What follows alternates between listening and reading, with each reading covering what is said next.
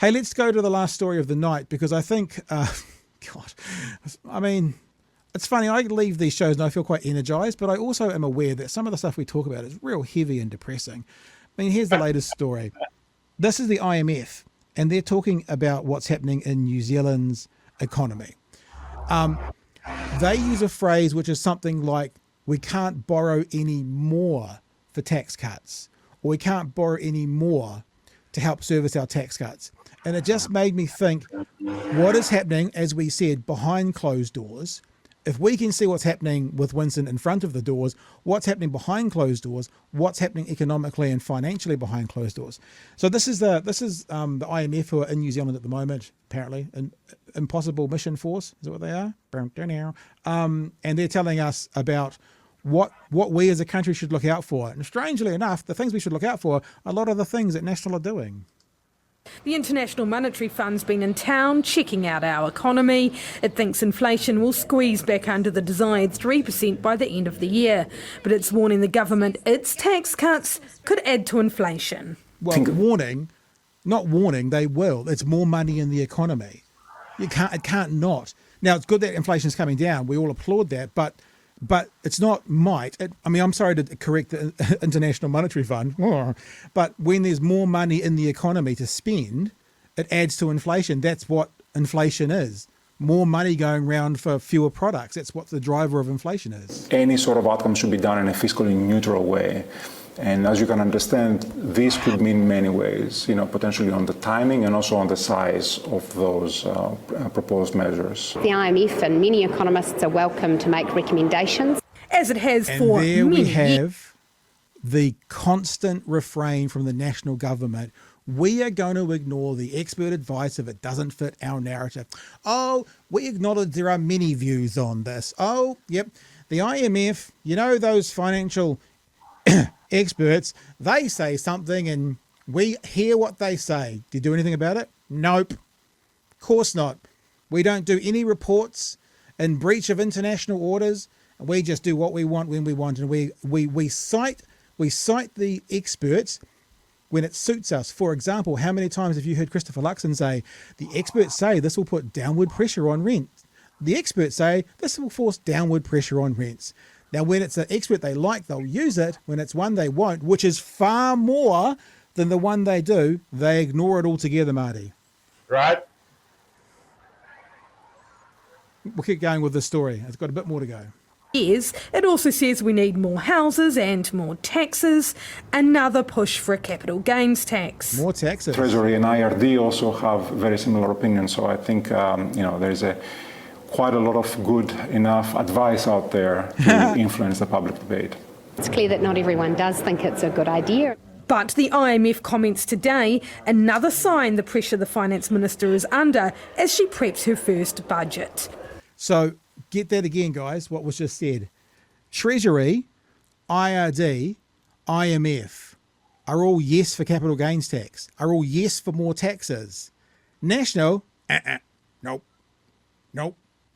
And this is a bullshit thing that Labor did last time by cowardly pissing away from capital gains tax. It's a thing we should be doing, and it's a thing that's popular, and fuck knows why they were too much of a coward to actually put it out there.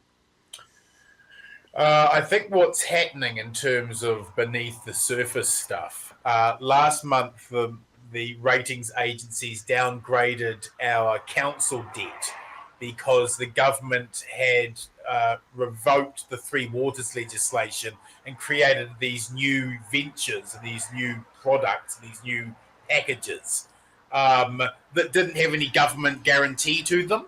So bond markets had no interest buying them because it's not guaranteed, right?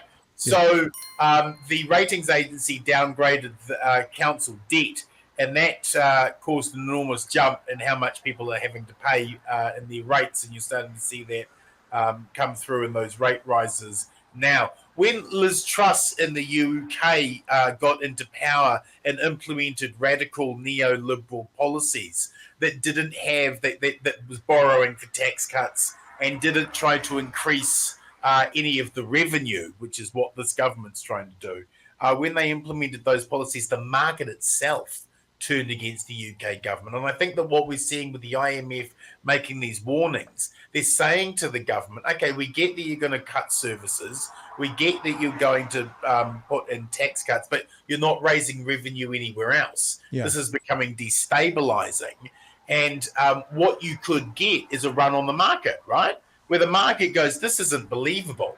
This is another. You're going too far. You're so right wing that these policy decisions don't make sense. The New Zealand dollar's in danger now because we've got such problems with trading with China and the trade with China has really dropped off.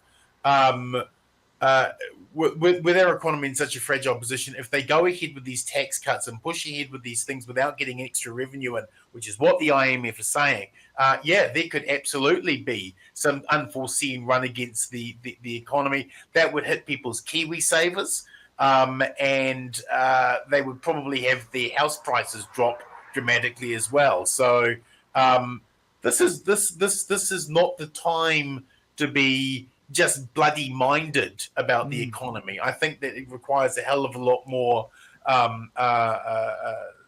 subtlety, and I don't know if this government's capable of that.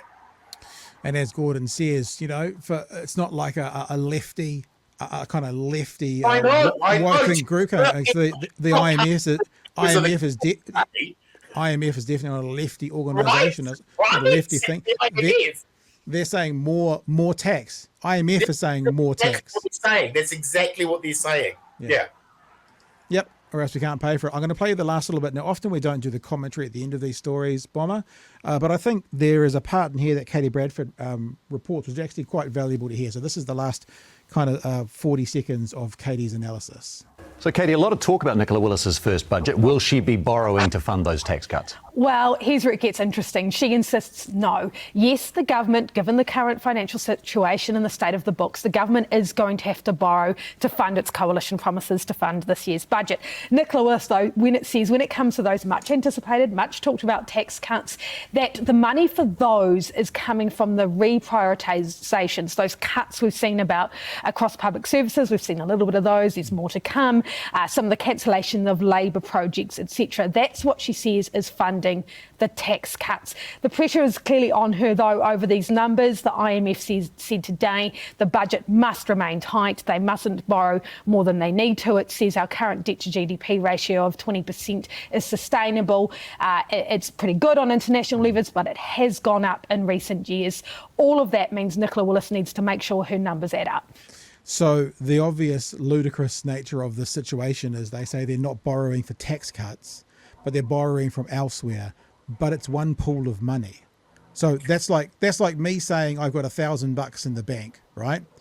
And I'm gonna pay for my trip to Fiji out of that $1,000, and I'm gonna borrow another $1,000 to do the panel beating on my car. Right? No, I'm borrowing money for the car, not for the trip. But it's the same pool of money. If you weren't doing the trip, you wouldn't have to borrow the money for the car. If you weren't giving the tax cuts, you wouldn't have to borrow the money for the promises. So it's merely mouth. We always talk about a shell game, Marty. You know that shell game? This is what they do. It's a shell game. We're not borrowing for tax cuts. We're just borrowing to replace the money we're using for tax cuts to pay for other things. And that works to a political audience that don't know better. But when you take this to market, those people are traders. They know that doesn't work.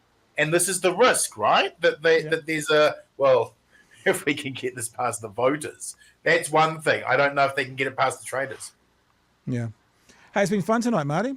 Anything else you want to tell the punters about? I just think that we are seeing such a crackdown now on so many vulnerable people in New Zealand, and wherever you look, the solution isn't draconian measures. The solution isn't using the stick. If there are unruly neighbours and state tenants, that requires more support. If there are kids who are hurting, that requires more support. The disabled should be getting more support. Lord, I find it difficult enough to get around the world as an able-bodied male. I mean, having a disability. I mean, I salute those people. That takes real bloody courage, and demanding that they get work tested every 30 seconds is not the way we respect their mana. We should be looking after those members of the whānau and those members of the community. And we should be making sure that there are more food in schools. Not less, not less. We need more food in the bloody schools. We need bigger schools. We need teachers who are paid properly. We need police officers who are paid properly. And we need public servants who get extra holiday time and extra mental health time. And we need to fund that stuff. We need to be thinking about degrowth capitalism. We need to be thinking about adaptive climate change. My Lord, those surface temperatures coming off the ocean at the moment are just it's so far off the charts, it's not funny. We've got so many challenges ahead of us, and yet we've got a prime minister, a deputy prime minister, who's behaving like a child, you know? And I just believe that there's a better way of doing things in New Zealand, and we've got to strive for that, because this bullshit from this hard right, racist, climate denying, beneficiary bashing government, we're better than this. We're better than this.